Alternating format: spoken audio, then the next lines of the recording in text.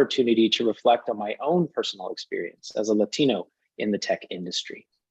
I was born and raised in San Antonio, Texas, and as some of you may know, it's a city rich in Hispanic culture and heritage.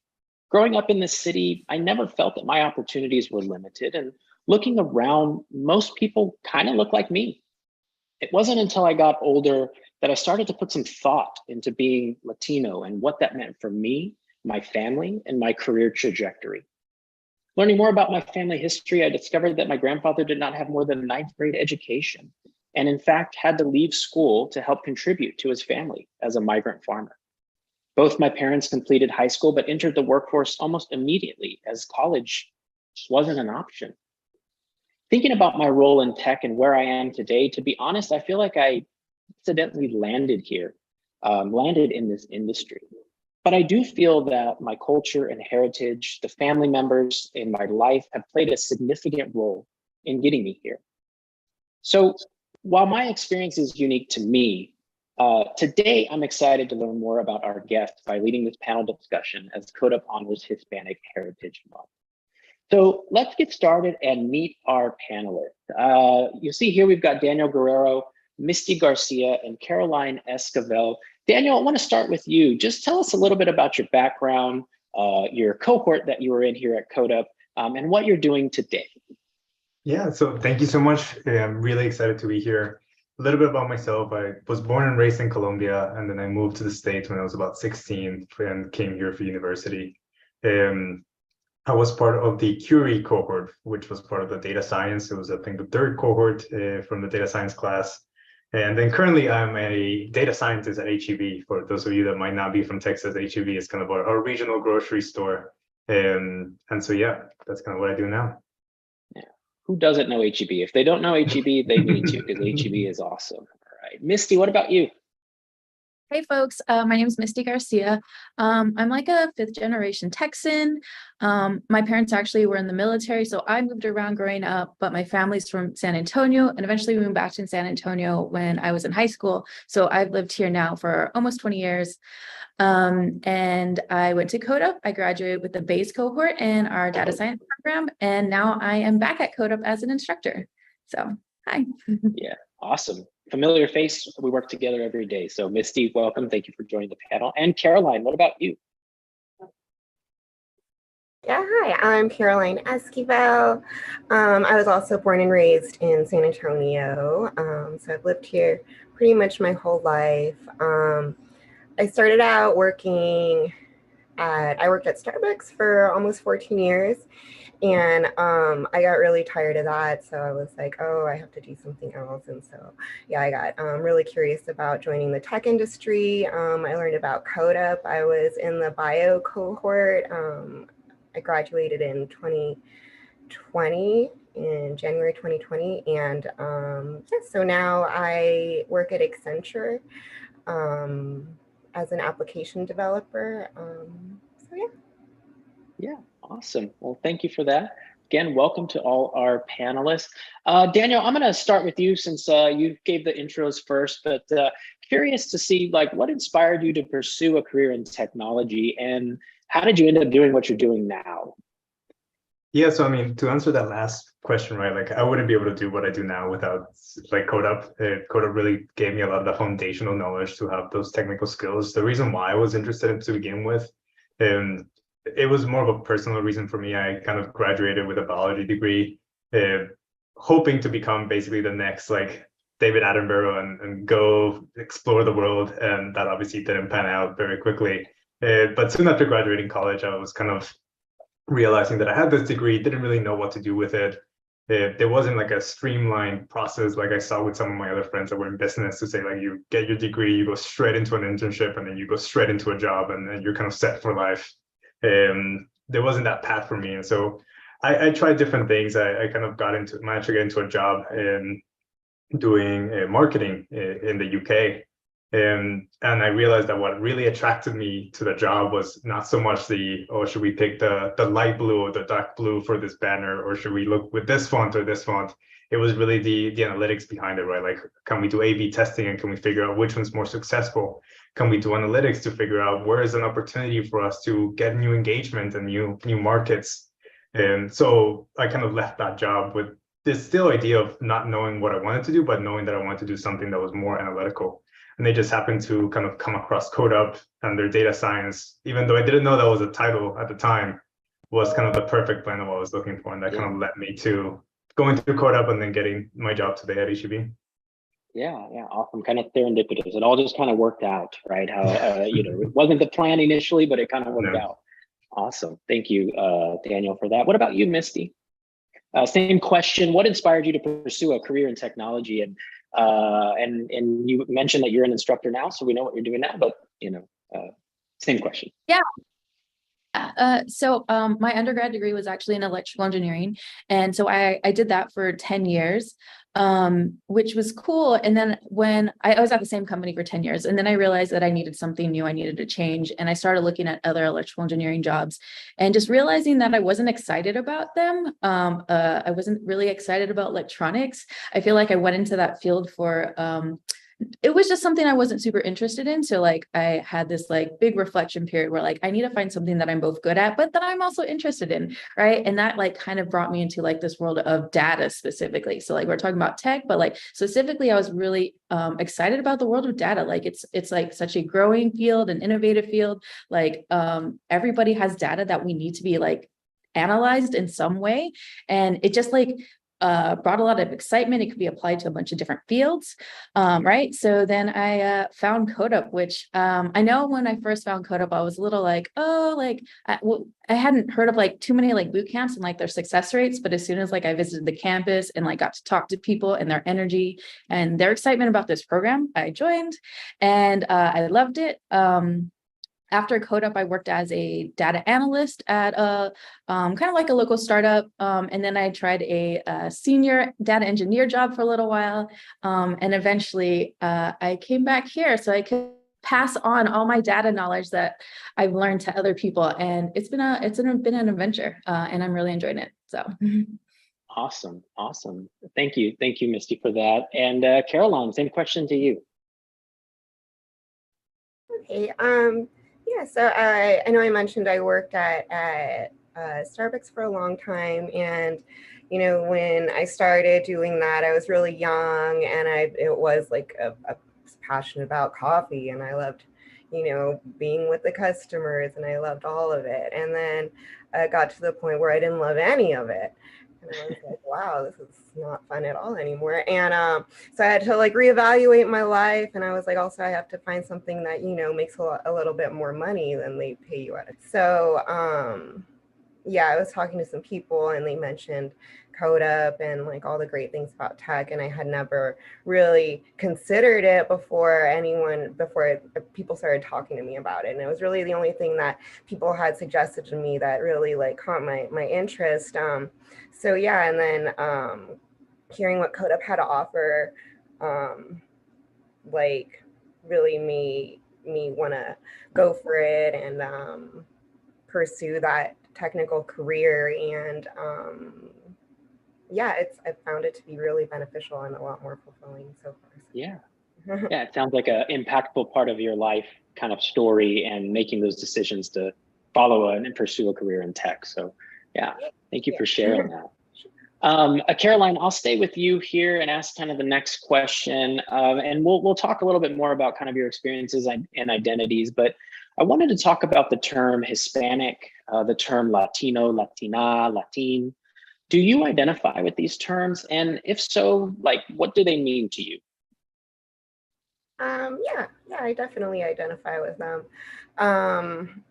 What they mean to me is like where I come from. It has a lot to do with my culture, and it means like family to me, because I think a lot of that all ties in together. You have your family and culture that go into like the word Hispanic as far as I interpret it. So yeah. It's a proud thing. Awesome. You're proud of it. So Absolutely. Missy, what about you? Do you identify with any of those terms? Yeah, for sure. Typically I respond with Latina. It's kind of my default, right? I prefer Latina to Hispanic, since that focuses like Latin American countries, and my family's like traditionally from like Mexico. So sometimes I also go with Chicana, right? Which is that Mexican American heritage. So usually Latina or Chicana is what I prefer to be referred to as. Yeah, absolutely. Daniel, what about you? Yeah, Hispanic and Latino, I think are words that I identify, and like Karen was saying, I'm proud to identify as. I think there's good things and there's bad things. The bad things is that Latinos are the ones that come to a party and then they don't leave until it's too late.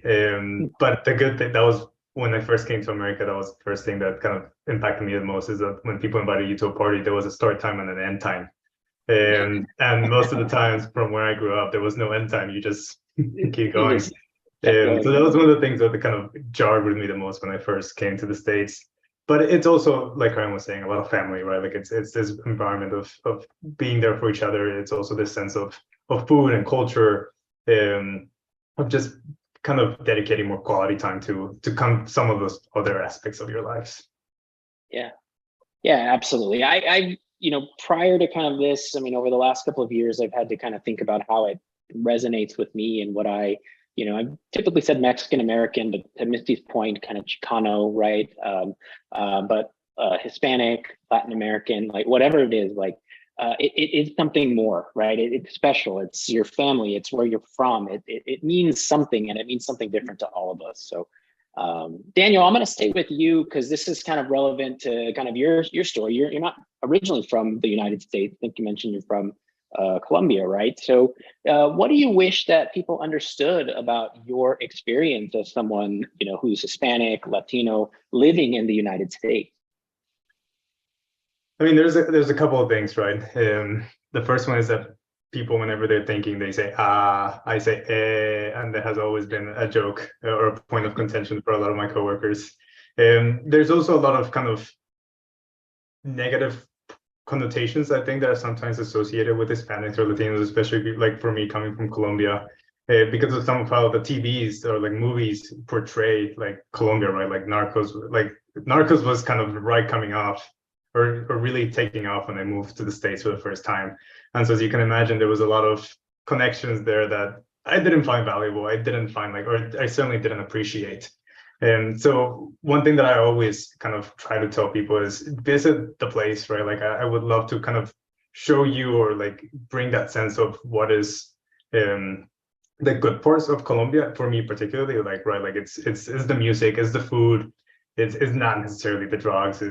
Obviously it happens, but it's not what I want my representation to be, or kind of what people like take away from me when I say I'm from Colombia. And I think that has also kind of motivated me a lot to kind of every time I meet someone, kind of try to change their perception. As soon as they, like I say, I'm from Colombia, can I persuade you to talk about something else other than that? And yeah. So I think that definitely has had a big impact in my life as I transitioned from Colombia to the US. Yeah, absolutely. I think the way that we're represented, right, says a lot about what people's perceptions are of kind of where we're from, right? The default, hey, Daniel, you're from Colombia. I'm sure you know the show Narcos, right? Like you must know everything about that, right? We're so much more diverse, and there's so much more to it than just how we're depicted on a TV show, and you're living it, you're experiencing it, and I kudos for kind of changing and pivoting that conversation into something else, right? Yes, we're stereotyped here, but there's some really great things that we can offer over here. Misty, Caroline, any thoughts from y'all? Like your experience. I'll start with you, Misty. As someone who's a Latina living here in the United States, people's perception or idea of you. What do you wish that they understood a little bit more of? Yeah, I guess there's a lot of stereotypes, and I guess like that. When we talk about Latino or Hispanic, like it's not a monolith. Like there's so many different types of backgrounds, right? We're not all from like Mexico, or we're not, right? There's so many different countries that we're coming from. I think that also, as someone who's lived in Texas for like many generations, right? Like I don't speak Spanish, right? And so that comes up a lot to like, oh, well, are you actually like Mexican or Mexican American? I'm like, yes, I absolutely am. Like, look at my skin, I am brown. But and also like just my culture and my family, like our roots are here, and like my experiences are still valid as like a Latina. And sometimes people don't understand that because we've lost the language, which is like unfortunate, but like, right, there's lots of reasons for that as well, right? So like there's lots of stories that go into that. Like, so like for my parents, like they were taught that it was bad to speak Spanish. They were hit in school. Like, so all my like parents and their siblings all speak Spanish, and like almost none of me and my cousins speak Spanish because they didn't teach it to us. It's like a like thing that happened in our society, but that doesn't make me any less of a Latina because of it. So, and that's like a similar theme that I hear with a lot of people, especially I think they say that people lose the language after three generations, and it's super common, but my roots are still there and they're still strong. So.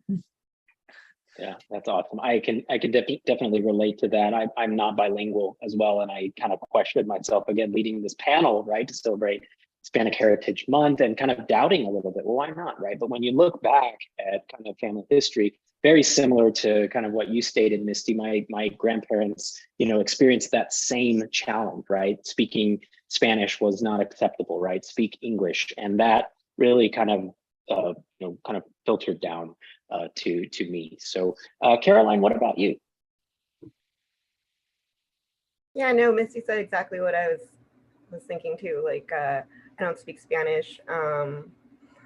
My parents speak Spanish, and yeah, the cousins, and we had to go to language school to learn. I didn't go to language school to learn, I should have, but yeah, we don't speak it, and it is like it has to do with a lot of that, like you said, it's frowned upon, or like even like a couple years ago, I know my grandma was walking in like a hotel or something, and the woman thought she was like the cleaning lady, and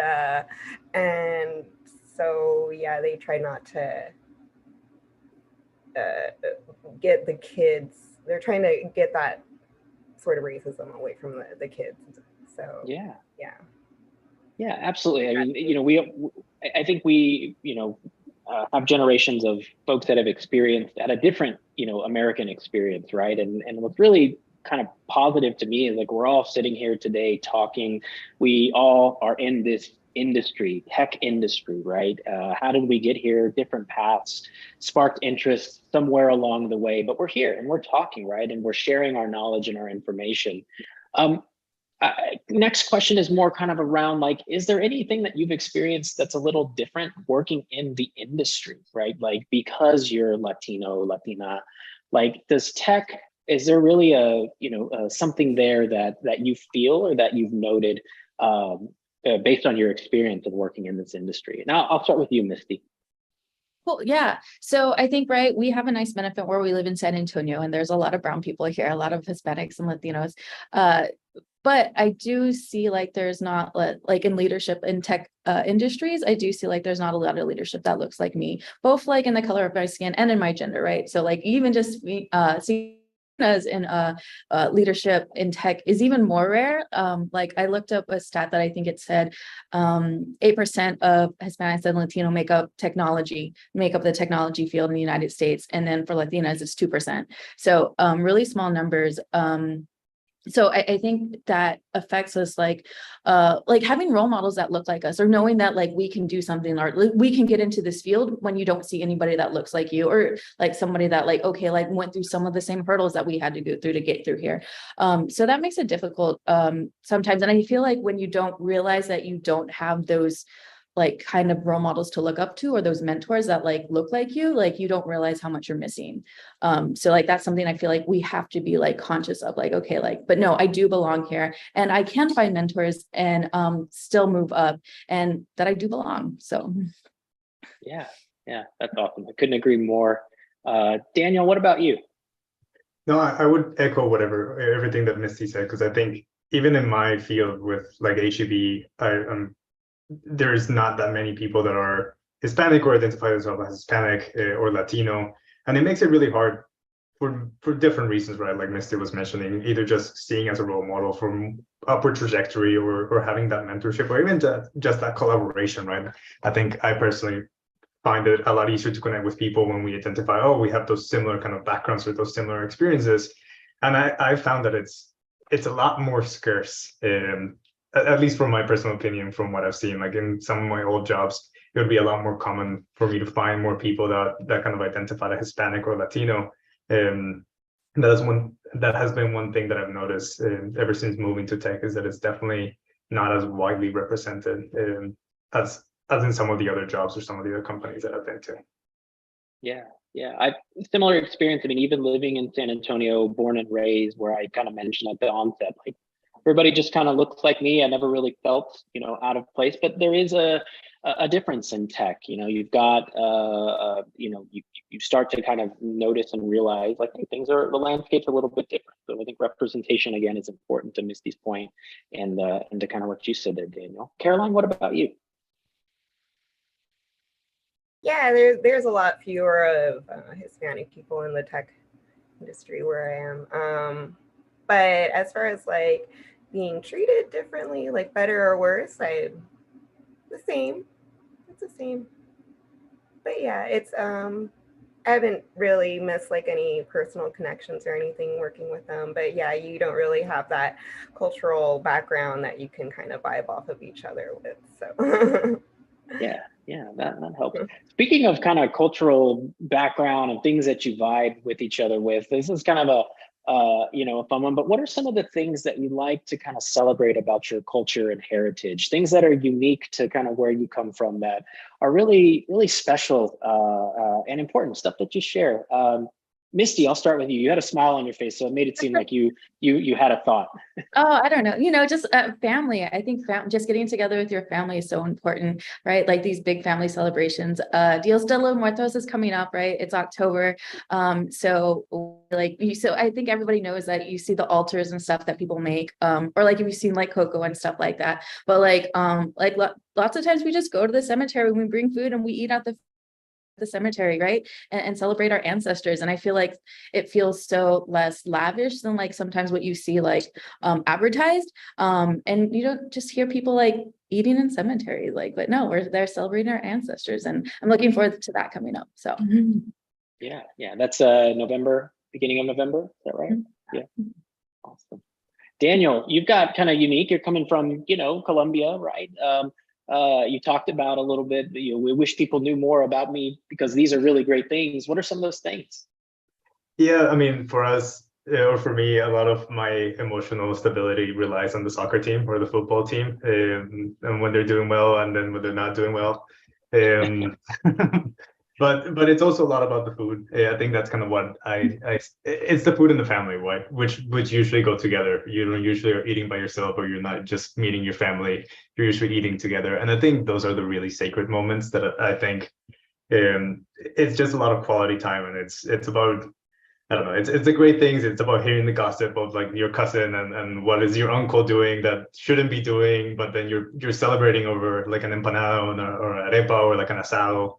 And it's those moments that I think I cherish the most, and I think I always want to like try to recreate them or relive them, even with friends here, right? Like how can we have that kind of type of quality or connection, even if you're not Hispanic or Latino, it's still possible to kind of create or try to create those relationships. Yeah, absolutely. You guys both kind of hit on something, but the family and the food, that connecting piece is really big for us. This past weekend, I had breakfast out with family. We had menudo, we had barbacoa, right? The things that are very unique to kind of our culture in some ways, and some people may think that they're kind of gross if you think about what it is, but it's special and it means something, and it hits you in a place that makes you feel really good. Family and food, I love that. I take that away from here. What about you, Caroline?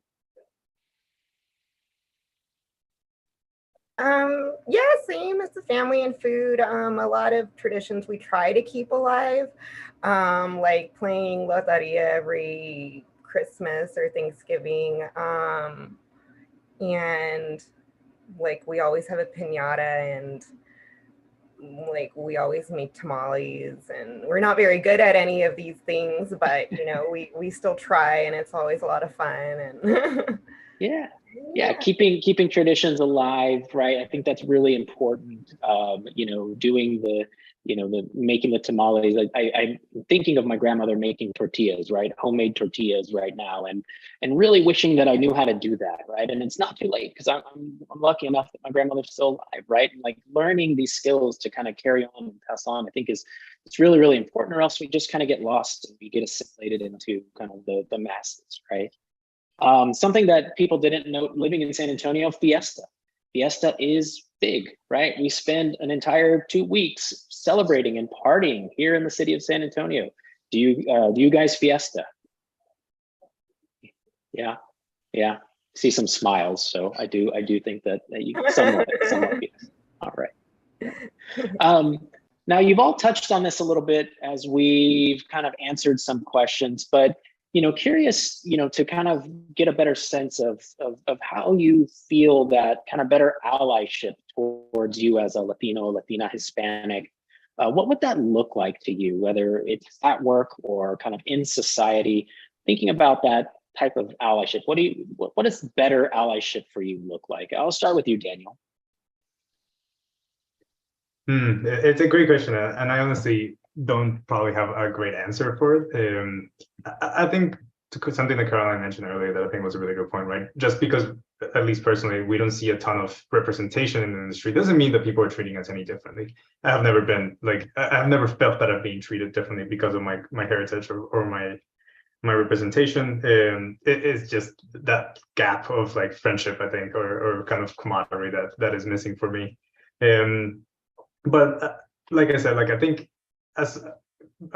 being a good ally is like still treating people the same way that you're treating everyone, right? Like still giving them that opportunity to progress, to learn, to develop as they see fit, and just not having any sort of the things that always bother me, right? Like it's, oh, don't make cocaine jokes, or like, oh, don't just assume that like you don't speak English, or like because you're Hispanic or things like that.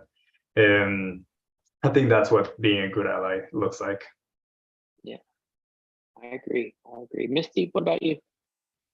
Yeah, just being able to like listen to each other's experiences, right? And recognizing that we have like different experiences, and that's affect our trajectory or like our outlook on life, right? Or like if we do call you out or say something that, hey, that sounded inappropriate, like not just like shutting us down, like, oh, okay, well, let's talk about it. Why do we think that, right? Like, or just being willing to listen to like, yeah, anybody's viewpoint when like, especially like if it's their culture or something like that, right? Like just always being open to having these conversations so that like, right, like we just want to treat each other with respect and recognize that we do have different experiences and different outlooks because of it.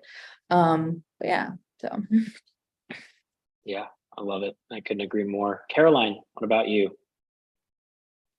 Yeah, I think it's important for people not to make assumptions, not to, jump to conclusions. And I mean, just by doing that, I think you're being a better ally, and maybe be patient with those who maybe aren't so good at speaking English. English is their second language, and yeah, just be patient. Don't make assumptions. Yeah, absolutely. Thinking about kind of where I think we're all located here in San Antonio, Texas, South Texas. This is not one of the questions that we talked about, but it's something that came to mind. So, keep you on your toes a little bit here. But do you think that your experience professionally would be different if you didn't live in a place that was so rich in Hispanic culture and heritage, right? You put you in a different state, somewhere up north, right? A different city where we didn't all look or kind of have these traditions. Do you think that your experience would be different? And I know, I'm just hypothetical here, but do you know anybody or have seen these experiences firsthand that you could, maybe kind of share? So Misty, what about you? You think your experience would be different? Absolutely. I just go visit other states or other places, right? And when I'm like realize that, oh, I am very obviously the only brown person in this room, right? So I just feel different. Like I don't necessarily feel like I belong as much, right? So like feeling like you belong, I think is important, right? And this is like why we talk about like being inclusive and making sure that we're including people, like in the workplace, in the classroom, right? Like making sure that people feel welcome. And then so like, right, so like just like because I look different, like I automatically feel like I don't belong somewhere, right? But if somebody is like willing to be like, hey, how's it going? Join our group, or like, well, where are you from? Like just opening up those conversations make you feel more included. But I know like from the get-go, like it's always strange when I realize, oh yes, I am a minority here.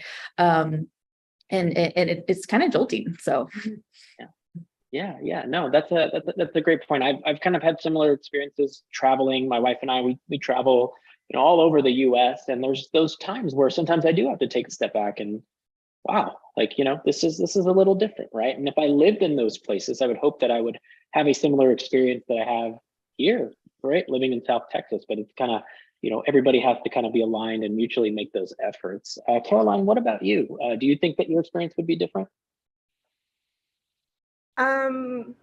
I think yes. I also am pretty like oblivious. I think if things are negative or like people have negative feelings towards me or treat me, I think I might be oblivious to it. Because I lived in North Carolina for like a year, and like my boyfriend was always like kind of watching out for me, like walking around, I guess. And I didn't like understand why or anything. And he kind of explained it to me later, like, yeah, I was getting like kind of dirty looks and blah, blah, blah, blah. But, and it's nothing I noticed. So I think that, yeah, my experience might be a little different. Yeah. Other places. Yeah. Unfortunate scenarios based off of kind of who you are, what you can't control, but where you are geographically, right? And how that might be, negative, also impactful, and hurtful, to you, right? Mm-hmm. Daniel, what about you? Did you choose, before you go there, did you choose to come to San Antonio? How did you get here at 16? What brought you here? So I actually, when I first came to the States, I actually was in North Carolina. So I've only lived in Texas for about 2 years now. I kind of came in like 2 weeks before COVID hit. So obviously the best time to come visit. But yeah, to answer your original question, like I think it would be different. Like when I used to work, as soon as I graduated from college, I used to work in a company in New Jersey, and it was a great company. And like I was always well treated, and I really liked it. But I do think that one of the major differences is that because there's not as much representation up there, and I hate this word, but it, like being from Colombia felt like a novelty, right? So people were less, like they had less exposure to what it meant to be like a Hispanic or Latino, and so I think the questions that they were trying to ask to get to know you were a little bit more uncomfortable or awkward. They didn't quite know how to create maybe that connection that. I hadn't even noticed it until you kind of asked that question. Where here, like when I moved to San Antonio, I think because there's so much more exposure and there's so much more representation in Texas, people have more of that connection. They know someone that is Hispanic or Latino if they're not one themselves, and so it's a lot easier for them to make those connections and to have those conversations. Whereas up in the north, where it was a little bit more scarce. It was definitely there was definitely kind of a bigger barrier there between trying to create those bonds. It's not to say that it wasn't possible or like it never happened, but I do think that there was a bit more friction there, and I think it's just they were not as used to or exposed to as many like Latinos or Hispanics. Yeah. No, thank you for sharing that. We do have a couple audience questions, and I'll just kind of throw it out to the panel. Feel free to kind of answer as you feel fit. So the first question asks, does the term Latino feel too inclusive? Do you feel similar connectivity with Puerto Ricans, Dominicans? You look at the flag here in our backgrounds, right? There's a lot of countries and people to be represented. But do you feel that the term Latino is too inclusive? Just kind of throwing it out there. It is pretty. Oh, go ahead. I was just gonna say, like, it is pretty inclusive. I think personally, I personally have no problem with it. I think that while there is a lot of backgrounds and different cultures and different traditions that come attached to each of the different countries potentially that get represented, I do think that in the spirit of we don't want people to discriminate or to treat us any differently. I think having that unifying term as well also means that we're inclusive, and regardless of kind of where we come from or what our traditions might be, we also want to be inclusive of others. So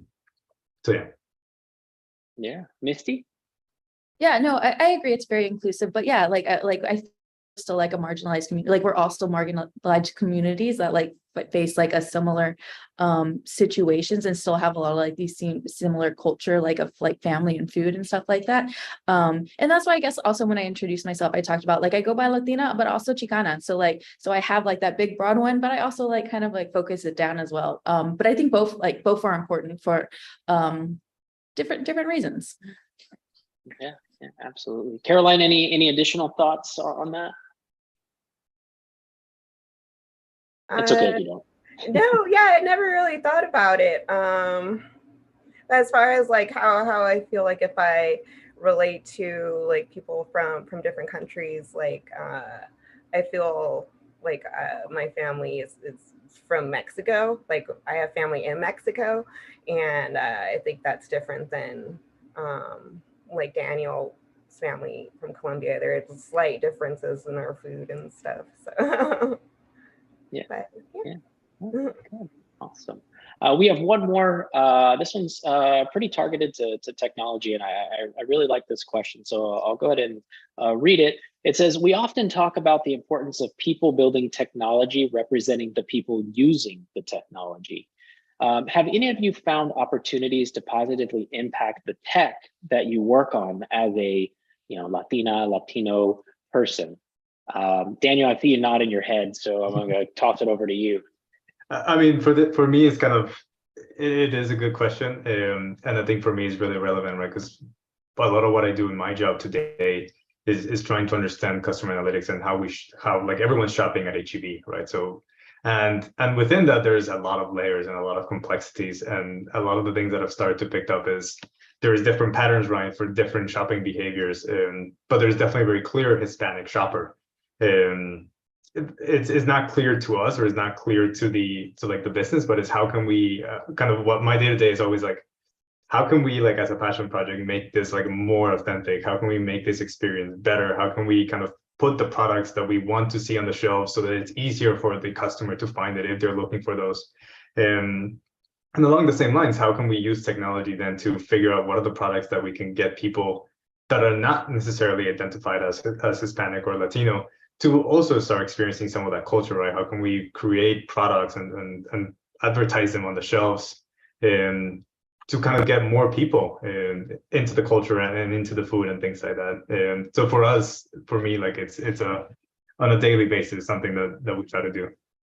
Yeah, constantly thinking of it, consciously making the efforts and the steps to do something. Yeah, that's great. Misty, any thoughts on that question? I love this question. Right. So you had said how we are like making opportunities to positively impact Latino and Hispanic people. I feel like I haven't really done a lot of this, right? Which hurts a little, but I feel like it's something like you have to be conscious of, right? Like, so right now I'm an instructor, and something I do think about like the demographic of our class, like, cool, like, do we have like a diverse class that we can make a diverse workforce for? So I think about that sometimes, like, okay, like, do I need to like what goes into like the marketing, or where are we recruiting from and stuff like that? And so like I feel like I haven't had a direct role in any of these things, but I think it's so important to be like conscious of when I talk about, okay, look, I want to be like lifting up our brown communities, also women, are both communities that I want to lift up in tech specifically. And you have to be thinking about it, right? It has to be a conscious effort, I feel like, to actually make it happen. So I don't think I'm doing anything, but I love that it was brought up so I can be more conscious of it in the future. Yeah, absolutely. No. That's good. Appreciate the kind of transparency on that. But yes, we got to be thinking about it, right? We've got to be conscious of it. And Caroline, what about you? Yeah, I think where I work, I could make a better impact, like if I spoke Spanish. But if I'm gonna give an example, like because I work at Accenture, and so we are remote. What I do is remote, and I get to speak with my clients and kind of explain like what we're doing, what we're going to do, the application and their needs and stuff. And some of these clients are from Argentina, and my last project I was working with a lot of Spanish speakers, and I think it helped just me being there. because I could tell some of them would get frustrated because there was like a language barrier and they couldn't really relay what they were trying to, and they weren't understanding exactly what was being said to them. So I think just like my presence there kind of was like a calming, it gave them like a more ease. Presence, kind of feeling a little bit more confident because they're represented, somebody looks like them, whether you speak the language or not, right? It does help. That presence is very valuable. So I appreciate that. We are getting close to time, but I do have kind of one more question for everyone on the panel. And really it's, what advice would you give to someone who's looking to start their tech career, whether it's, somebody that is Hispanic or Latino or just anybody in general, right? What type of advice would you give to them? And I'll actually start with you, Caroline, this time. Yeah, I would just tell them to do it. Like, if you don't know anything about it, just, you're gonna learn. And there are lots of different opportunities out there because like what I did was full stack development, right? But honestly, I haven't coded since I left, and that's my choice. Like you can't, like I know that like your goal when you leave Codeup is to be a coder, but like I just wanted to be in tech, and that gave me like the push in the door, and like me just learning, being able to read the code helps you like debug stuff. Anyways, if you're gonna want to learn tech, just do it. It's like you can do it. Yeah, it's like Nike says, right? Just do it. Right? Yeah. Misty, what about you? Any advice for someone starting their career? Codeup. Just come to Codeup. But I find a mentor or somebody that you can talk through like kind of your career plan or your path or growth or like your ideas, just somebody to talk through it, right? Somebody who's like maybe been through some of this stuff before, even if it's not the exact path, but at least maybe somebody who's like in the realm of things that you're considering, so you can talk through it with somebody who's actually been through it, right? And especially like I kind of talked about that sense of belonging, I think is so important, right? And like for like Latinos and Hispanics, like we don't see a lot of people like that look like us already there, right? So that's okay, right? Like still find someone that you can talk to. And then I would say if you are in the field, right, be a mentor, bring somebody else in, I think it's so important just to be able to talk through our journeys and making sure that you like build up that confidence, right? And then also like kind of solidify like a path for yourself. Absolutely. Daniel, last but not least, kind of what are your thoughts? I agree that finding someone else that can help you through the journey is extremely helpful. I think that's why, and I didn't even work for Codeup, but I'm happy to do a plug-in. I think that's why Codeup is such a special place, because it kind of brings all these people together. And so that you're going through like, you're going through this experience with other people that have a similar background as you. And then it also kind of brings in a wealth of knowledge and mentors that you can access that can help make the journey better and easier. And the one advice that I would give to people is don't just do it because tech has high paying jobs. Don't do it because of the salary. I mean, that is definitely nice, but make sure that you're passionate about the topic. Make sure that you're passionate about the work, because no matter how much they pay you, like if you hate being in a corner, like typing code for 12 hours a day or something like that, it's not going to be worth it. And so really ask yourself before you decide to go into tech, like, am I just doing this for the money or because I know that tech has high salaries? Or is it because I'm really passionate about kind of the type of things that I could be doing, the type of questions I could be answering, or the type of people that I could be working with? And if all those check out, then I think definitely do Codeup and definitely, or like at least like some other, but better Codeup. But if it's just about the money, I really reconsider, because it can be a tough job, and if you're in it for the money, it's not going to be enough motivation. Yeah, I think that's a great point to kind of highlight there. I mean, there are obviously kind of preconceived kind of notions of what it is to be in tech, right? And I think you'll find the most success if you are passionate about it, right? And you want to work in the industry. If spending 12 hours a day working on code in a dark room is what you want to do, then awesome, right? But you may not know that. So great answers to all of y'all. And, we are here at time, but I wanted to thank you again, Daniel, Misty, Caroline, for spending a little bit of your afternoon with us here at Codeup, as again, we honor kind of Hispanic Heritage Month. Thanks again for everybody who joined us on the YouTube stream and for everybody who will be watching this later. We really appreciated your time. But that's all I have for today. So thank you for joining us, and yeah, we'll see you soon. Thank you for having us. Goodbye.